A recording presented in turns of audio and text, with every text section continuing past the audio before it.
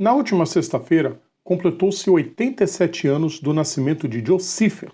Com grande sucesso nas provas de endurance, com 14 vitórias em 41 corridas, o suíço venceu por 2 vezes as 24 horas de Le Mans dentro de classe e, sem querer, iniciou a comemoração de espirrar champanhe no pódio.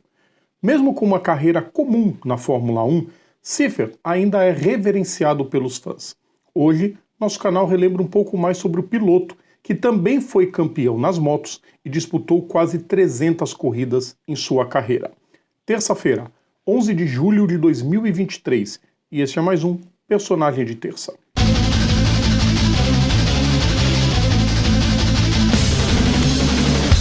Salve a todos os nossos ouvintes, salve a todos os nossos seguidores, serão todas e todos bem-vindos.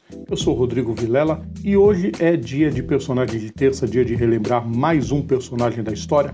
Antes de começar, aquele pedido que eu faço sempre para vocês, sempre de forma encarecida, deixem um like nos nossos vídeos, compartilhem nosso conteúdo, inscrevam-se no nosso canal e ativem as notificações, isso ajuda muito a gente.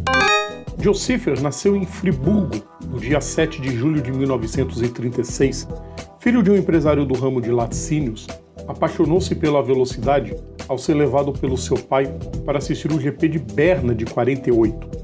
No início, dividiu seus primórdios nas pistas enquanto era proprietário de uma oficina em Friburgo, sendo distribuidor das marcas Porsche e Alfa Romeo. Mas seu pontapé inicial foi no motociclismo.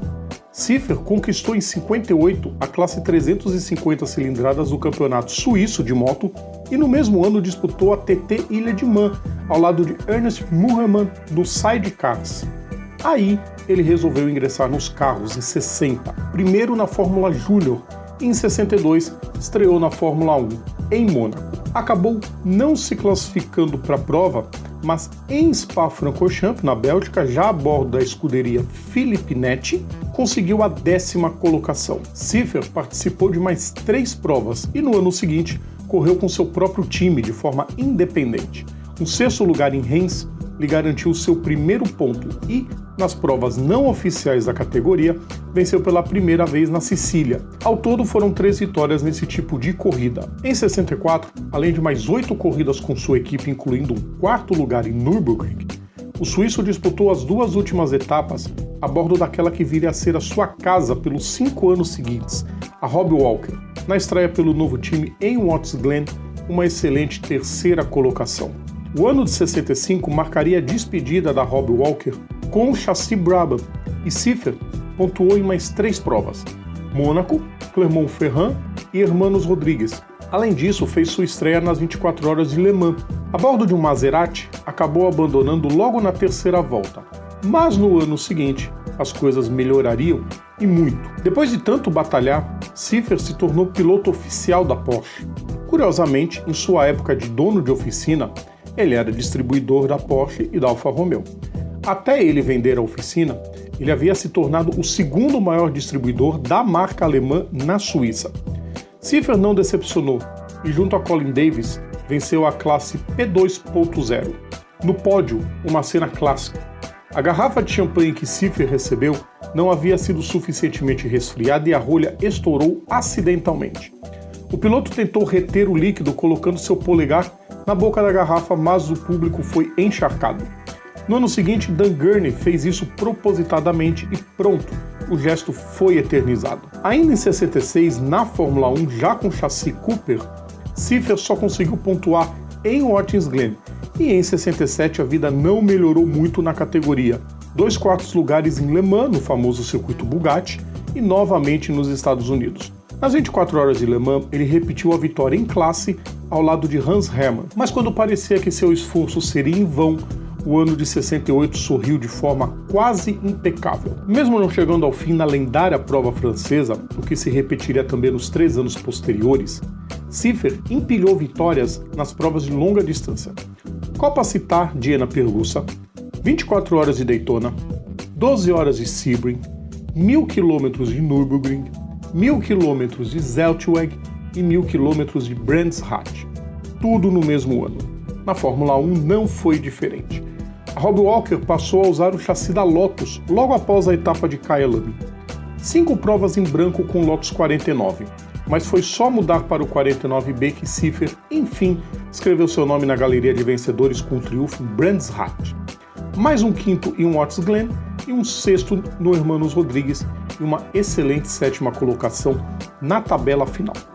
As expectativas, portanto, eram ótimas para 69 e tudo se confirmou. Na categoria máxima dos monopostos, mesmo sem vencer, ele fez mais pontos que no ano anterior. Foram 2 pódios, em Mônaco e em Zandvoort. E é claro que as vitórias nas provas de longa distância seguiram acontecendo. 1000 km de Nürburgring, 6 horas de Spa, 1000 km de Zeltweg, 1000 km de Monza e 6 horas de Watts Glen. Parte da maré boa sumiu em 70. Cipher saiu da Robbie Walker, foi para a recém-criada March e tornou-se o primeiro piloto Marlboro da história, quando assinou o contrato pessoal de patrocínio com a Philip Morris. Mas o carro estava longe dos grandes e o suíço passou pela primeira vez uma temporada completa sem pontuar. Só que fora a Fórmula 1 tudo continuava muito bem para ele. Na Fórmula 2 veio sua única vitória em Rouen e nas corridas de endurance mais conquistas. Targa Florio, o Bi em Spa-Francorchamps e o Tri em Zeltweg. Na temporada seguinte, além da conquista dos 1000 km de Buenos Aires, Cipher respirava novos ares na Fórmula 1. De casa nova, o suíço era piloto da BRM e fez uma temporada bastante positiva com mais uma vitória, desta vez na Áustria, além de um segundo lugar nos Estados Unidos. Quinto lugar ao final do campeonato, Cipher partiu para a última prova não oficial em Brands Hatch. Só que aquele 24 de outubro acabou sendo a data da sua última corrida. Depois de 15 voltas, a suspensão do seu carro, que ficou danificada após um toque na largada com Ronnie Peterson, quebrou. Seu carro voou, capotou e pegou fogo. O socorro foi muito lento e Cipher, inconsciente, morreu asfixiado. A fatalidade fez o Automóvel Clube da Grã-Bretanha, o RAC, revisar de forma rápida a segurança dos carros e circuitos. Descobriu-se que nenhum dos extintores de incêndio próximos ao local da batida funcionou e, a partir de então, tornou-se obrigatória a presença de extintores no interior dos carros. Mais de 50 mil pessoas acompanharam seu funeral na Catedral de Friburgo, além de um Porsche 917 da equipe de John Wyer, pela qual Cipher competiu por 2 vezes em Le Mans. Em 2005 foi realizado um documentário de 90 minutos sobre sua vida pelo diretor Men Lareda, intitulado Joe Cipher, Vida Rápida, Morte Jovem.